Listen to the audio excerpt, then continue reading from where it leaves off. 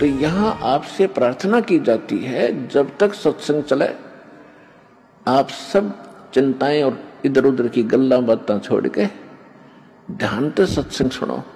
ठीका पूरा होवे जब सब कोई तजे शरीर, दादू काल पकड़े नहीं जपे जो नाम कबीर। आदमी की आयु घटे तब जम घेरे आए, स्मरण किया कबीर का दादू लिया बचाए। मेट दिए अपराध सब आए मिले छन माही, दादू संग ले गए कबीर चरण की छाई। सेवक देव निज चरण का दादू अपना जान, भृंगी सत कबीर ने कीन्या आप समाने। दादू अंतर्गत सदा छिन छिन सुमरण ध्याने, वारू नाम कबीर पर पल पल मेरे प्राणे। सुन सुन साख कबीर की यू काल नवावे माथे, धन धन तीनों लोक में दादू जोड़े हाथ। केरी नाम कबीर का विखम काल गजराज, दादू भजन प्रताप से ये भाग्य सुनत आवाज। पल एक नाम कबीर का दादू मन चितलाए, अस्थि के असवार को ये स्वान काल ना खाए। सुमरत नाम कबीर का कटे काल की पीरे, दादू दिन दिन ऊंचा होवे फिर परमानंद सुख सीरे। दादू नाम कबीर की जय कोई लेवे ओटे, तिनको कभू लागे नहीं ये काल बजर की चोटे।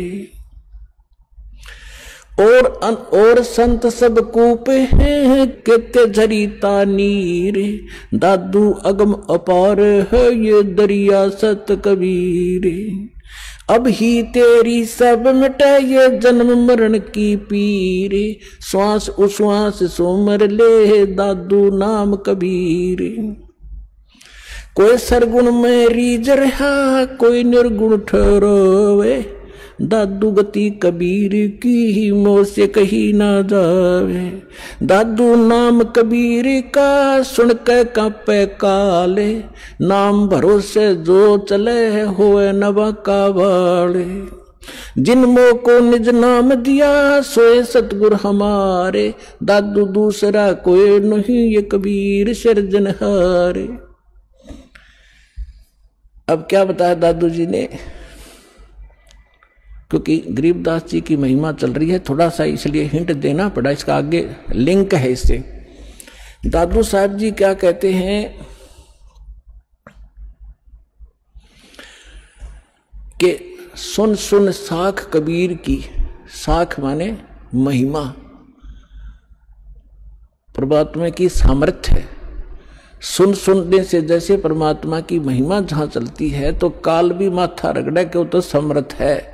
यो काल यहाँ का भगवान जो है, जब भगवान की महिमा कहीं होती है, सच्चाई उसकी सत्य महिमा सुनाई जाती है तो काल भी नाक रगड़े मत्था टेकता है कि हाँ भगवान तो समर्थ ही है, वो कबीर तो पूर्ण परमात्मा है। तो सुन सुन साख कबीर की काल नेवावे माथ, झुकावे माथा, और धन हो तीनों लोक में दादू जोड़े हाथ। फिर देखो कैसी तुलना की है, केरी नाम कबीर का और विखम काल गजराज, दादू भजन प्रताप से यू भाग्य सुनत आवाज। अब 21 ब्रह्मांड का स्वामी है। श्रीमद् भगवत गीता अध्याय नंबर 15 के श्लोक नंबर 18 में गीता ज्ञानदाता ये ब्रह्म है, काल है। ये खुद कहता है कि मेरे अंतर्गत जितने भी प्राणी हैं उनसे मैं उत्तम हूं, श्रेष्ठ हूं, उनसे तगड़ा हूं मैं, इसलिए मैं लोक वेद के आधार से पुरुषोत्तम प्रसिद्ध हो रहा हूं मैं। क्योंकि जितने भी इसके अंतर्गत प्राणी हैं काल के, ये इन तगड़ा है। ये 1000 कला का, ब्रह्मा विष्णु महेश, ये विष्णु जी 16 कला के और ये 4 भुजा का वो 1000 भुजा का, यानी इनमें यहाँ के प्राणियों में ब्रह्मा विष्णु महेश हमसे सबसे तगड़े शक्तिशाली है, इनसे भी वो कई गुना शक्तिशाली है। तो ये कोई छोटी शक्ति नहीं है। कहने का भाव ये है। तो यहां दादू जी कहना चाहते हैं कि केरी नाम कबीर का, केरी मन बब्बर शेर, और बब्बर शेर कहीं धाड़ मारता हो और हाथी आसपास घूम रहा हो, हाथी इतना भयभीत हो जाता है, लीद कर देता, वो टट्टी कर देता, एकदम इतना डर जाता है, भाजगन की सोचा कि इधर से जान बचे मेरी। तो यहां कहने का भाव यह है कि हाथी कोई छोटा प्राणी नहीं है, आम प्राणियों से तगड़ा है, लेकिन उस बब्बर शेर के सामने वो भी फेल है, उसके सामने उसकी कोई अस्तित्व नहीं है। तो यहां क्या बताना चाहते दादू साहब जी, ये बताना चाहते हैं कि केरी नाम कबीर है, परमात्मा का जो सत्य मंत्र है। और कबीर साहब को ऐसा समझो जैसे बब्बर शेर हो, और ये काल भी छोटा नहीं है, विषम काल गजराज, गजराज माने हाथियों का राजा, हाथियों में भी तगड़ा हाथी समझ लो। लेकिन दादू भजन प्रताप से ये भाग्य सुनत आवाज, नाम का सिमरन सतनाम जो आपको दिया जाएगा ये राम का नाम है। राम राम कोई मंत्र नहीं है, राम का नाम, यानी जिससे वो राम प्राप्त हो वो नाम, वो 2 अक्षर का है। सतनाम जिसमें को मंत्र है, एक आपको गुप्त है वो तत्शब्द वो दिया जाता है।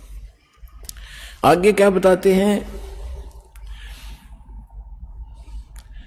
पल एक नाम कबीर का, जो परमेश्वर कबीर जी ने जो सत साधना बताई है, वो एक पल भी अगर जिसने सत साधना से भक्ति कर रखी हो,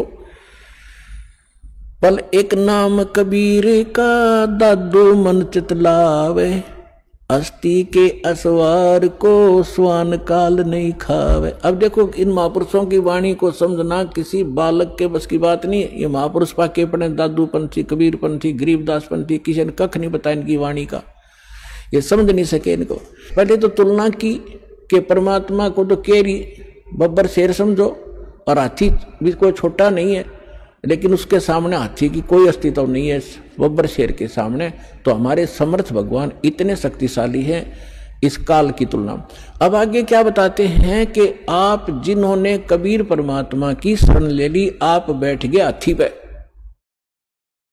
और काल को कह रहे हैं, काल को समझ लो डॉग कुत्ता।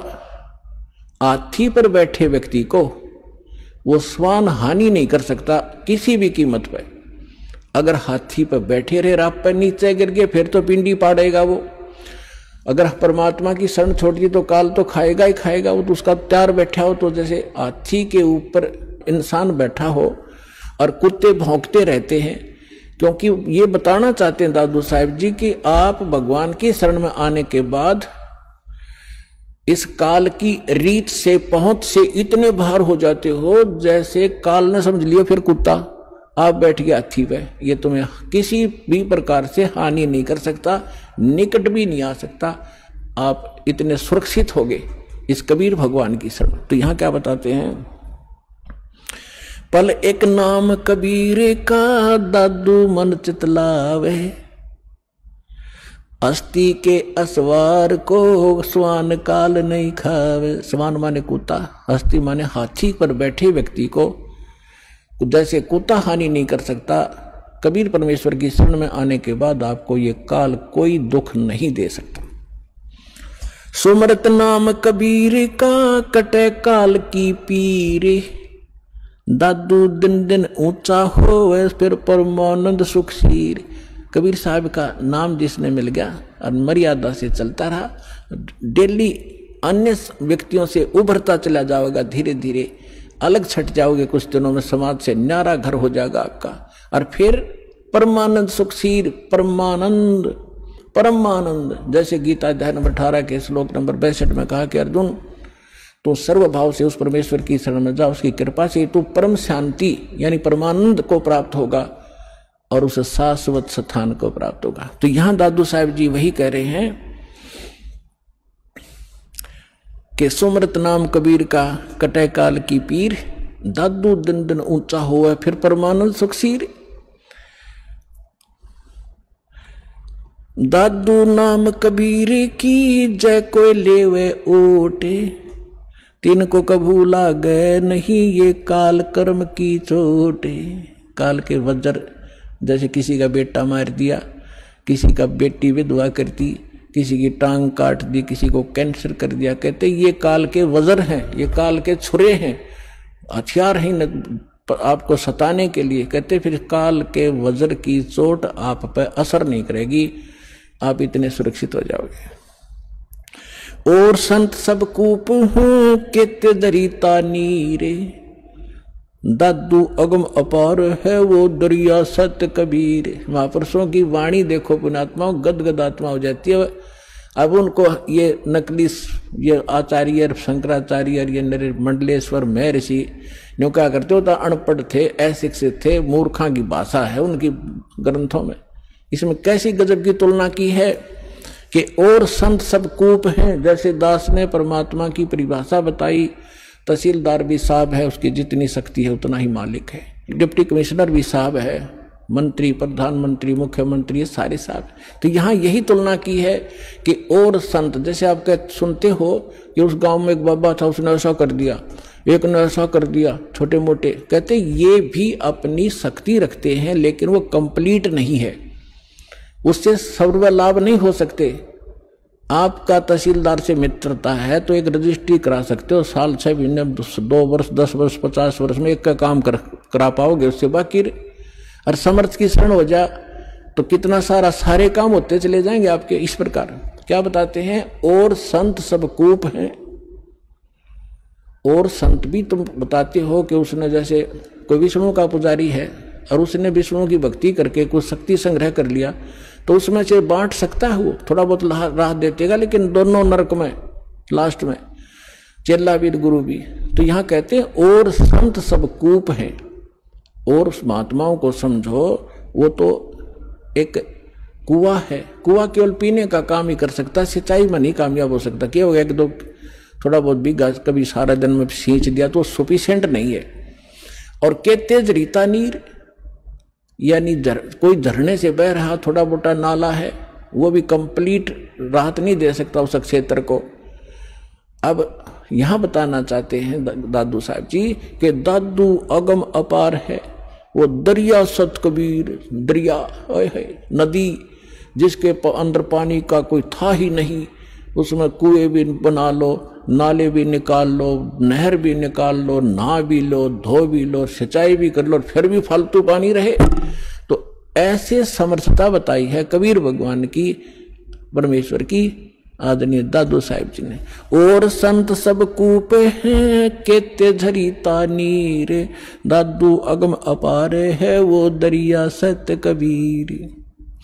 फिर क्या बताते हैं, अब ही तेरी सब मिटाए जन्म मरण की पीर, श्वास उश्वास सुमर ले दादू नाम कबीर। ये कबीर नहीं सुमरना, वो सतनाम है जो आपको दिया जाता है, फिर सार नाम दिया जाएगा। इसका श्वास उस जो कबीर जी का जो मंत्र है वो सिमरण करना है। श्वास उश्वास से सुमर ले दादू नाम कबीर। दादू नाम कबीर का सुन के कापे काले, नाम भरोसे नर चले हुए नवा का बाड़। कबीर साहब का जो मंत्र है इसका सिमरण करते रहना, यो काल आपका कुछ नहीं बिगाड़ पाएगा। जिन को निज नाम दिया सोए सतगुरु हमारे, दादू दूसरा कोई नहीं ये कबीर सिरजनहारे।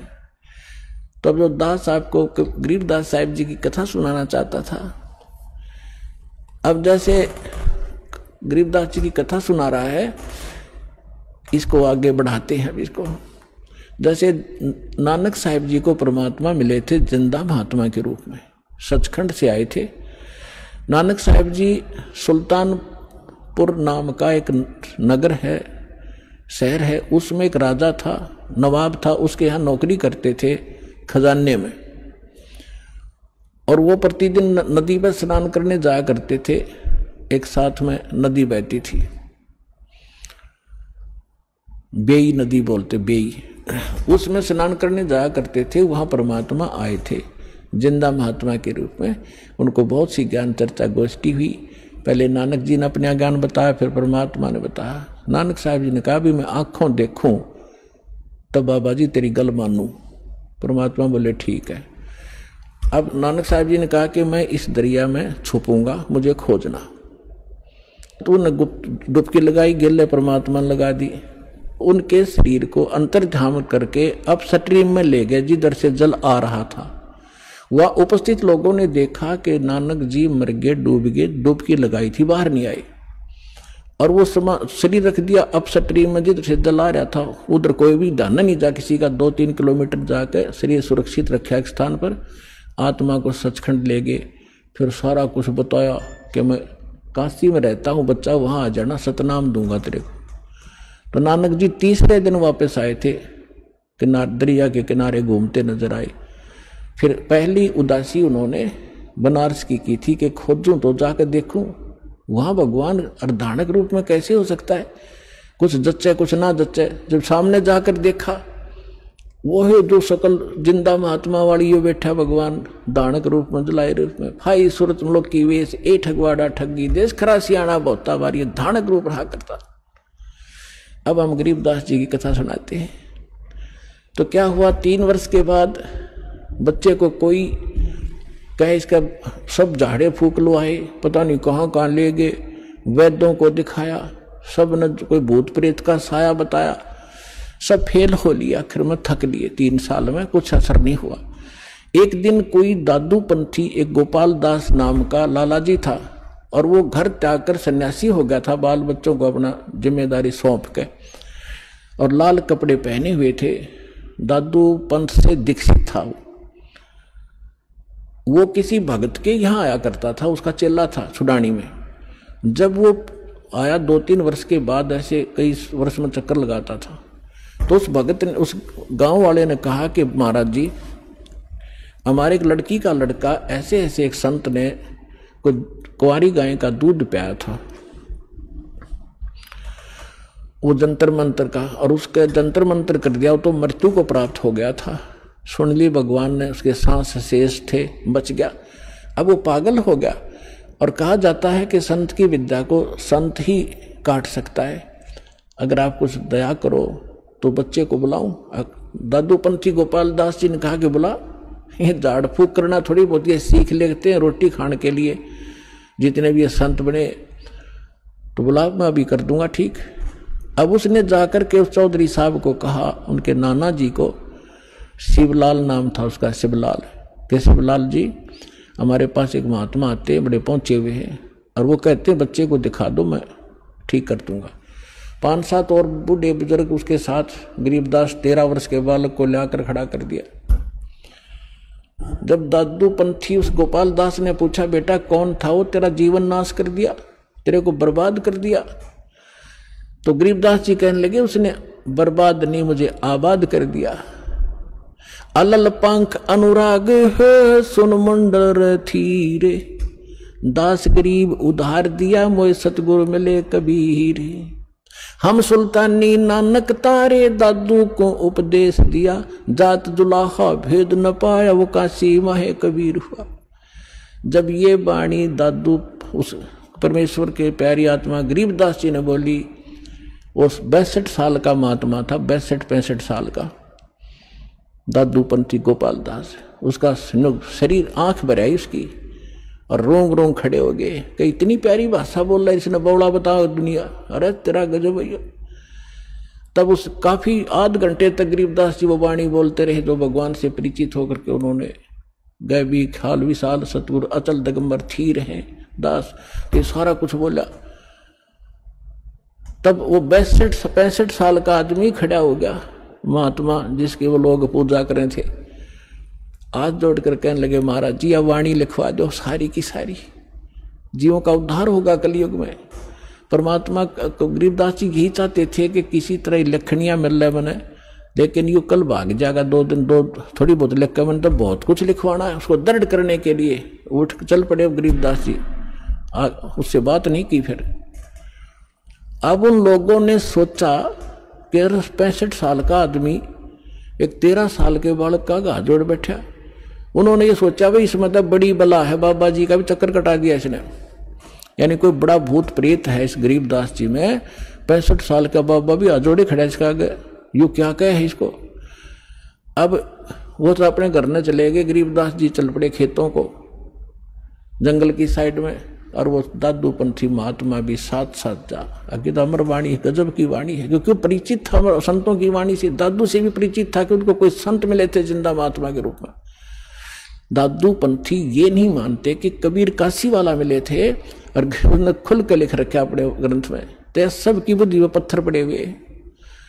तीसरे दिन गरीबदास जी ने कहा कि बाबा जी बात सुन ले, जब सारा लिखा है, जितना मैं लिखवाऊं तो मैं लिखवाऊं, नहीं तो जा अपने घर में। उन्होंने कहा दादू के पंथी ने, गोपाल दास जी ने, कि महाराज जी मैं तो घर तक कति फ्री हो रहा हूं, और मेरा काम में कुछ नहीं बचा, ये परमार्थ का काम सेवा मुझे मिल जाए, इससे बड़ा कोई मेरे लिए काम नहीं, कोई परमार्थ नहीं।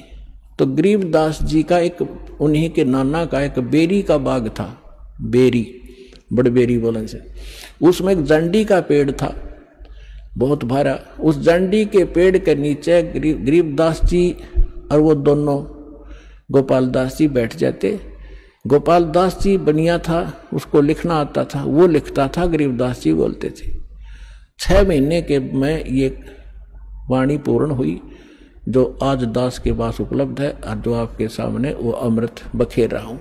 तो इन सब बातों से ये सिद्ध हो गया कि हमारे सदग्रंथ बतावें और आंखों देखा संत बतावें कि धानक रूप रहा करतार। गरीबदास जी ने कहा, अनंत कोट ब्रह्मांडे का एक रति नहीं भारे, सतगुरु पुरुष कबीर हैं ये कुल के सृजनहारे।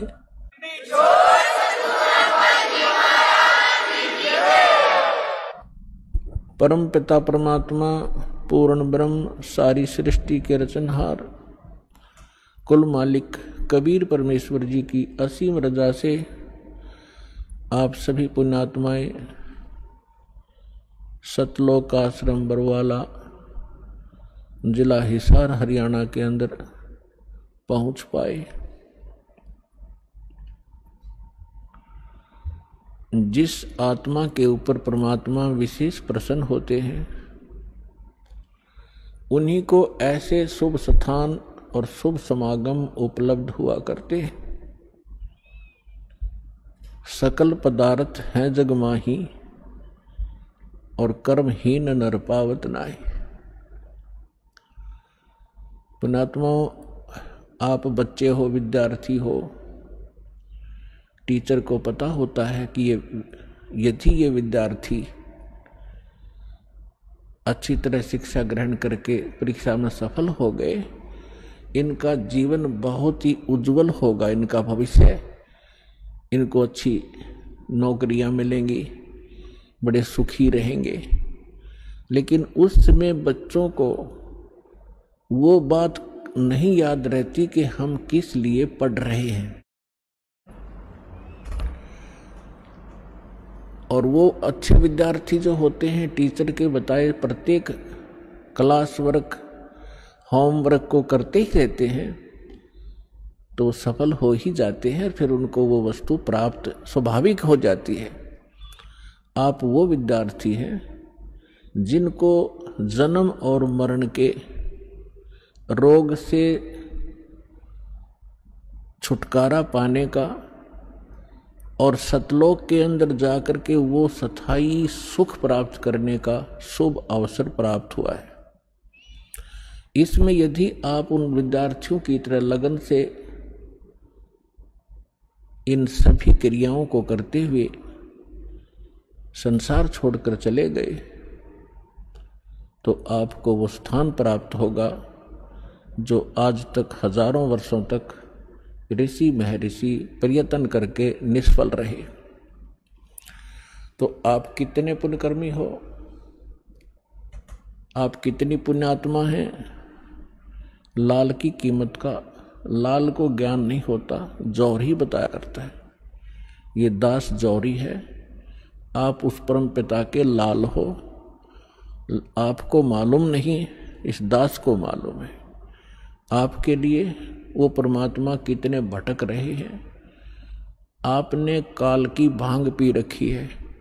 आप जी को केवल यहाँ के संसारिक सुख दिखाई देते हैं।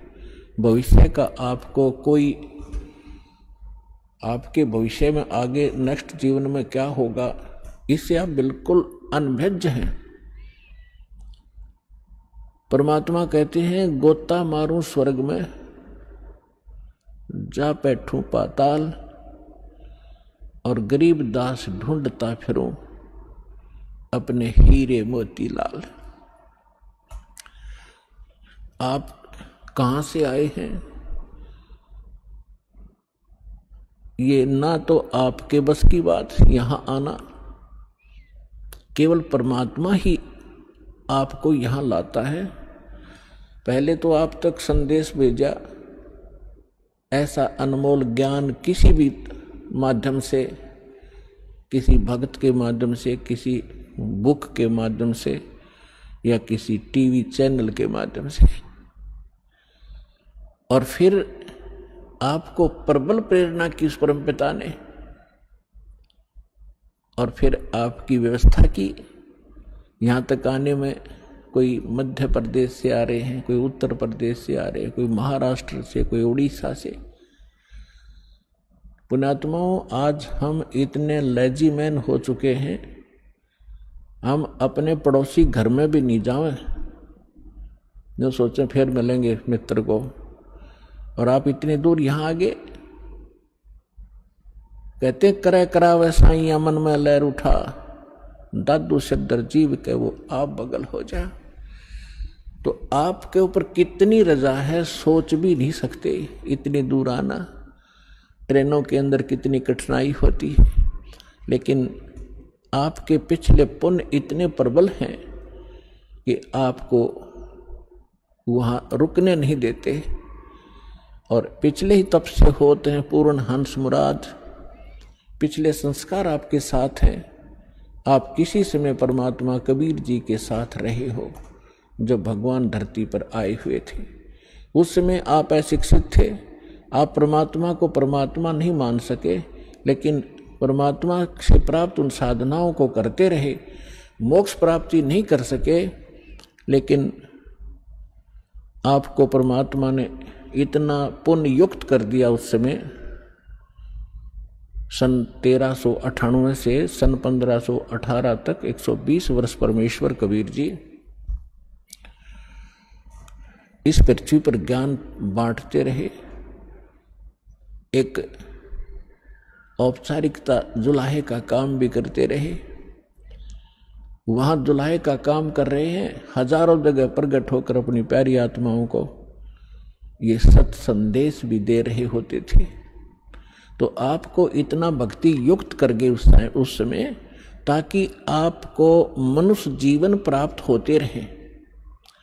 अन्य योनियों से, अन्य प्राणियों के जीवनों से मनुष्य शरीर बहुत ही श्रेष्ठ है, लेकिन भक्ति ठीक ना मिलने से एक दिन इसके पुण्य अक्षीण होकर फिर ये पुण्य 84 लाख योनियों में चला जाता है। तो परमात्मा ने आपको इतना चार्ज कर दिया कि आप मनुष्य जीवन प्राप्त करते हुए आते रहे, और आप जी को इस समय तक यहां लाना था।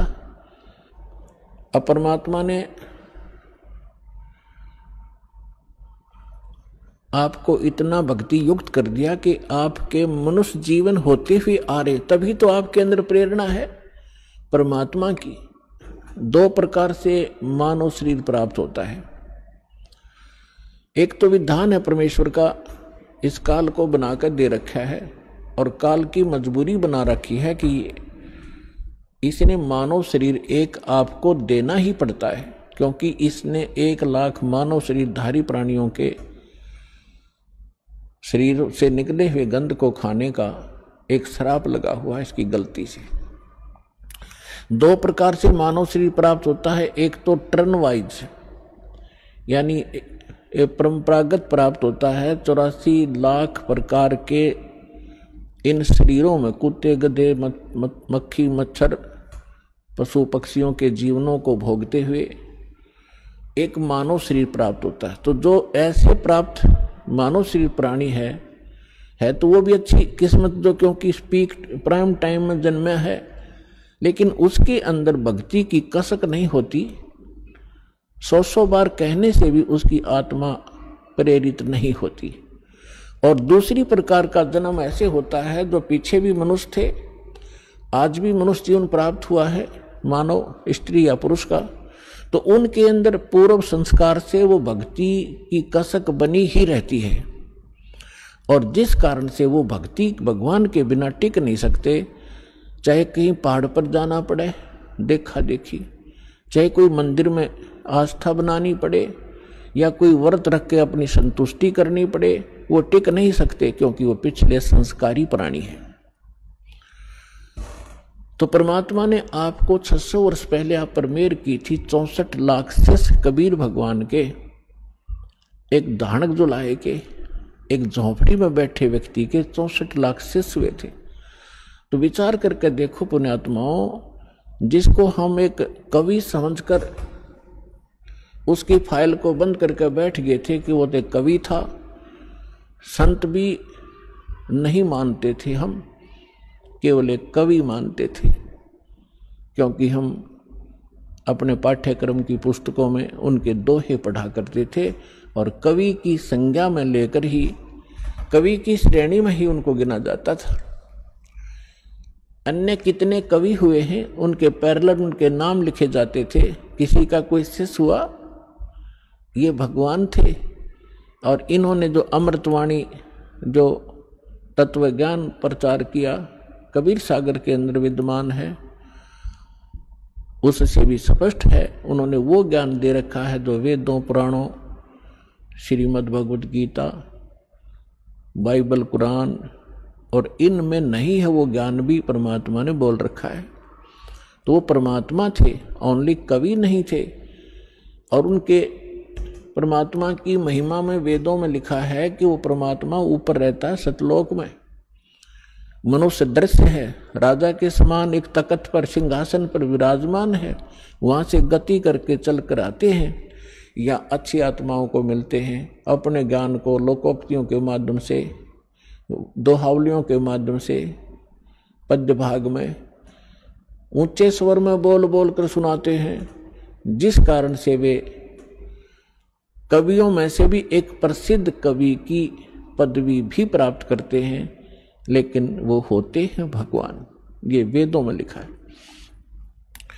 और कवियों जैसा आचरण करते हुए घूमते फिरते हैं, जगह जगह जाते हैं। उसी दृष्टिकोण से परमात्मा एक ही समय में हजारों जगह प्रकट होकर के आज से 600 वर्ष पहले आप जी को भक्ति युक्त किया करते थे। लेकिन उस समय 64 लाख से सो जाना, ये एक बहुत बड़े आश्चर्य की बात है, क्योंकि उस समय भारत बहुत विशाल था। पूर्वी और पश्चिमी पाकिस्तान, अफगानिस्तान, बलूचिस्तान, इराक, ईरान, गजनी, ये सभी यहाँ तक भारत था। और उस समय कुल मिलाकर के भारतवर्ष की सारे की 4 करोड़ आबादी नहीं होगी, और जिसमें से 64 लाख शिष्य बन जाना हिंदू और मुसलमान, क्योंकि परमात्मा ने ऐसे सुख दिए अपनी प्यारी आत्माओं को, ऐसा ज्ञान दिया, तो आश्चर्यचकित रह जाते थे। तो उस समय परमात्मा ने आप जी को इस योग्य कर दिया कि आप 600 वर्ष से आज तक मनुष्य जीवन प्राप्त करते हुए आ रहे हो, 600 वर्ष पूर्व, और जिसमें लगभग आपने 10-15 मनुष्य शरीर प्राप्त कर लिए कंटिन्यू। और यदि आज ये समय आपको ना मिलता और ये भक्ति आपको ना मिलती, तो आपका जो लास्ट मनुष्य जीवन था, आप फिर 83 लाख योनियों में चले जाते। इसलिए परमात्मा बड़े दयालु हैं। उनका जो किया हुआ प्रत्येक कार्य वो बहुत ही सफल होता है, उसी के वचन से सब कार्य हो रहा है। अब उसके बाद भगवान को हमने भगवान नहीं समझा, हमने उनको केवल एक कवि समझा, और कुछ दिनों में आपको जब परमात्मा के संग आप रहे, इतने सुख हो गए, आपके दुख दूर हो गए, तो आप जी परमात्मा से दूर होने लगे। जब इंसान सुखी होता है इस लोक के अंदर, वो पहला काम ये करता है कि भगवान से दूर होता है, बकवादें ग्रहण करता है। तो जब हम सुखी हो गए, सभी सुख हमें बहुत देता है क्योंकि तो सुख सागर है, तो हमारे मन में दोष उत्पन्न होने लगे, परमात्मा के अंदर भी हमने कुछ गड़बड़ निकालने लगे। तो परमात्मा कबीर जी ने एक लीला की थी और उस लीला में हम सभी एक परीक्षा ली थी हमारी, हम फेल हो गए और हम यहीं रह गए। अब काल ने कैसा जुल्म किया, किसी को कहीं पटक दिया, किसी को हरियाणा में, किसी को राजस्थान में, किसी को मध्य प्रदेश में, किसी को उड़ीसा में, भाषा भी ना समझ में आवे, किसी को नाइजीरिया में, किसी को अमेरिका अफ्रीका में। उन प्यारी आत्माओं को जो परमात्मा की भक्ति किया करते थे, उन्हीं में से ये सारे अफसर बने हुए हैं, राजा बने हुए हैं, एमएलए एमपी बने हुए हैं, क्योंकि पिछले पुण्य के बगैर ऐसे उच्च पोस्ट प्राप्त नहीं होती। और जब तक इनको पुनः वो ज्ञान नहीं होगा कि हम कौन हैं, हम किस लिए जन्मे हैं, मानव शरीर केवल इसलिए प्राप्त नहीं होता कि आप माया इकट्ठी करो, संसारिक प्रभुता प्राप्त करो, सारा कुछ हो गया, करोड़ों की संपत्ति भी होगी, आपकी यहाँ आसपास के क्षेत्र में कोई एमपी मंत्री मिनिस्टर बनकर महिमा भी होगी, क्योंकि आप पिछले पुण्य आपके साथ थे, वो मलाई, वो बैटरी आपकी चार्ज थी, वो चल रहा था। फिर आपकी मृत्यु हो जाएगी और नेक्स्ट जीवन क्या होगा, फिर कुत्ते की योनि में, गधे के शरीर में यहां भटक रहा होगा। तो खाक वो संपत्ति क्या काम आई आपके, और क्या वो महिमा ने आपका साथ दिया। चाहे आपकी मृत्यु के उपरांत यहाँ पर कोई आपका बुत बनाकर, आपका तस्वीर बनाकर सालाना, चाहे आपके उस देश के लोग उस पर बेशक माला अर्पित करते रहें, आप गधा बनकर धक्के खा रहे होगे। तो जब हमें ये पता चलेगा, तब हम सभी, चाहे कोई किसी पोस्ट प्राप्त है, कितना धनी है, चाहे गरीब है, उसको फिर इस बात से चिंता बनेगी कि सचमुच ये तो हो ही रहा है। पता नहीं कितने आप देख रहे हो प्रधानमंत्री, राष्ट्रपति, 1 मिनट में मृत्यु हो जाती है, फिर क्या, कहाँ गई वो प्रभुता? आगे का इनको पता नहीं, आगे का उन परमात्मा ने बताया और परमात्मा से परिचित जिन महापुरुषों ने बताया वो हमारे सदग्रंथों में विद्यमान है, जो अटल विधान है। उसको कोई ना मानेगा, उसके ना मानने से विधान समाप्त नहीं होगा, और जो स्वीकार करेगा वो आने वाले कष्टों से बच जाएगा। अब दास जो बताना चाह रहा है, अब कितने दयालु है परमेश्वर, आपके पास कहां कहां संदेश भेजा।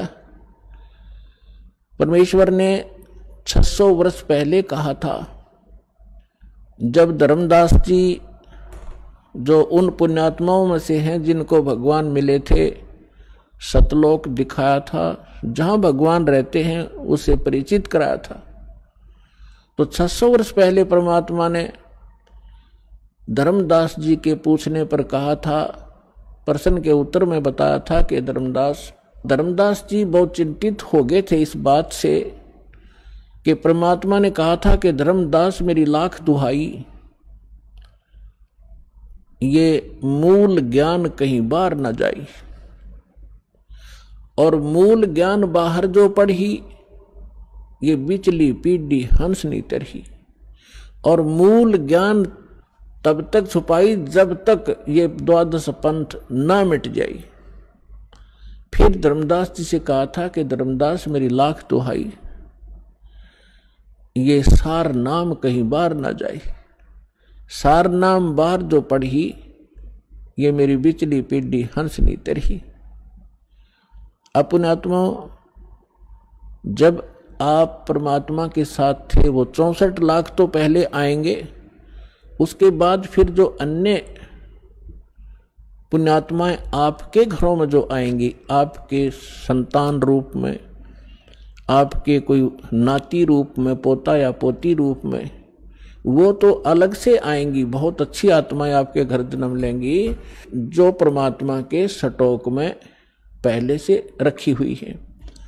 उस परमात्मा कबीर जी का इस काल के प्रत्येक लोक में 21 ब्रह्मांड में एक गुप्त स्थान है जहां पर उन पुण्यात्माओं को परमात्मा ने रखा हुआ है जिनको पिछले कलयुग में सार नाम प्राप्त हो गया था, वो पार हुए नहीं और फिर वो काल के हत्थे चढ़ गए थे। क्योंकि इस ज्ञान से आपकी आत्मा में ऐसा दृढ़ निश्चय अवश्य हो जाएगा कि ये सुख जो है, चाहे राष्ट्रपति बन जा, चाहे प्रधानमंत्री बन जावा, और भले ही हम कोई देव पद प्राप्त कर लें, आपकी आत्मा धिक्कारेगी उसको। तो कबीर साहब के साथ ना जाने करके कुछ अच्छी आत्माएं जिनको सार नाम प्राप्त हुआ था किसी कलयुग में, तो वो पार ना हुई, दूसरे संस्कारवश किसी लोक में चले गए। तो उसके लिए परमात्मा कहते हैं शिव मंडल ब्रह्मापुरी। शिव मंडल ब्रह्मापुरी चाहे विष्णु लोक में हो, हमरे गुण भूला नहीं तो आण छुटाऊं। तो जैसे कोई भक्त इस ज्ञान से परिचित और किसी कारण से नाम खंडित हो जाने से उसकी मृत्यु हो जाती है, तो वो कहाँ जाता है? आपको प्रथम मंत्र में श्री ब्रह्मा जी, श्री विष्णु जी, श्री शिव जी, श्री गणेश जी और श्री दुर्गा जी आदि इन देवों के वो मूल मंत्र दिए जाते हैं जिनसे आपको बहुत लाभ मिलना है। तो उस कारण से आप पार ना हो गए तो इनके लोकों में जाओगे वो सुख भोगने के लिए जो आपको इस प्रथम मंत्र के बेनिफिट प्राप्त हुआ है। ये लाभ आप वहां अक्षीण करने चले जाओगे। वहां जाकर आपको याद आएगा कि ये तो गुरुजी बताया करते थे कि हमने यहाँ का देव पद भी नहीं लेना, राज्य पद प्राप्त नहीं करना, यहाँ हमारे पुण्य नाश होते हैं। तो वहां जाकर फिर वो रोते हैं। और ये जो प्राइम टाइम होता है इसका सीमा है। जैसे अब जो बिजली पीढ़ी चली है इसका समय निर्धारित है, उसके बाद ये भक्ति नहीं रहेगी। इस बीच जो निकल गया सो निकल गया। तो वो भक्ति जो युग है उसका समय समाप्त हो चुका होता है और उनकी मृत्यु हो जाती है। वो कोई ब्रह्मा जी के लोक में जा रहा होता है, कोई विष्णु जी के लोक में, कोई गणेश जी के यहाँ अपने इन मंत्रों के पुनों के आधार से, भक्ति के आधार से इनको वहां खाता है, बर्बाद करता है। तो वहां वो रोते हैं। तब परमात्मा जाते हैं, उनको वहां से छुड़वा कर लाते हैं। उनको उस समय मनुष्य दोबारा जन्म नहीं देते, उनको अपने पास स्टॉक में रखते हैं।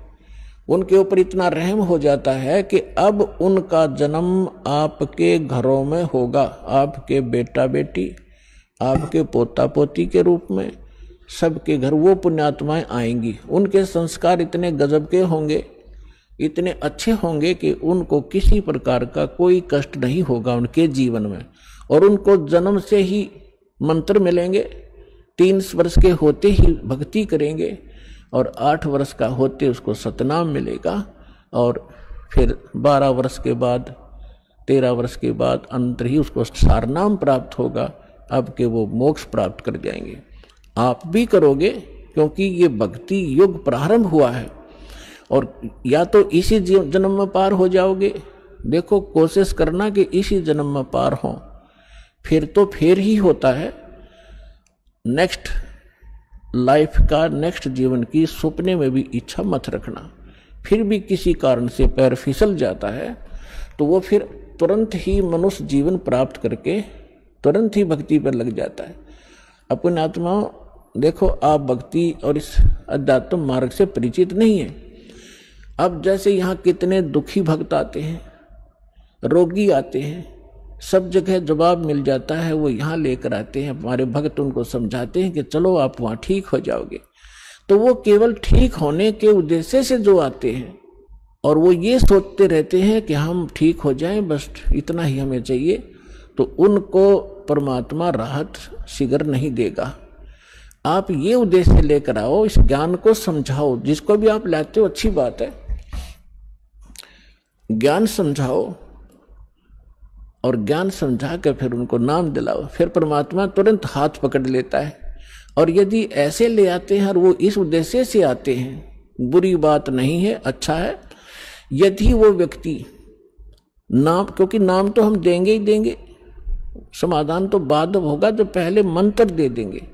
अब नाम जिसने मिल गया और अंतिम सांस गिने, मरना तो उसने था ही, इस मंत्र को एक बार पूरा बोल दे, सुन ले, वहां पर ना बोल सके और मृत्यु हो जा तो भी उसको मनुष्य जीवन मिलेगा, उसमें बीज भक्ति का बूगा। हमने असंग जन्म हो गए, जन्मते मरता ने, धक्के खात्या ने, और अब मनुष्य जीवन प्राप्त होगा तुरंत ही 10वें महीने या सतलोक आश्रम बरवाला में आ लेगा और उसका फिर जीवन शुरू हो गया।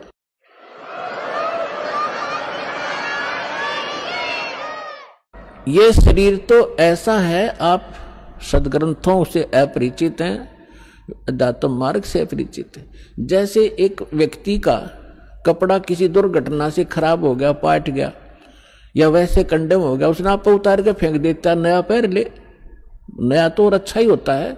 तो ऐसे ये पुराना चोला किसी कारण से डिफेक्टिव हो गया, अगर आप भक्ति ढंग से करोगे तो इसको ठीक कर देगा परमात्मा, क्योंकि यह माटी उसी ने चला रखी है, उसी ने मिट्टी से इसको कितनी अच्छा बना रखा है, उसके हाथ में है।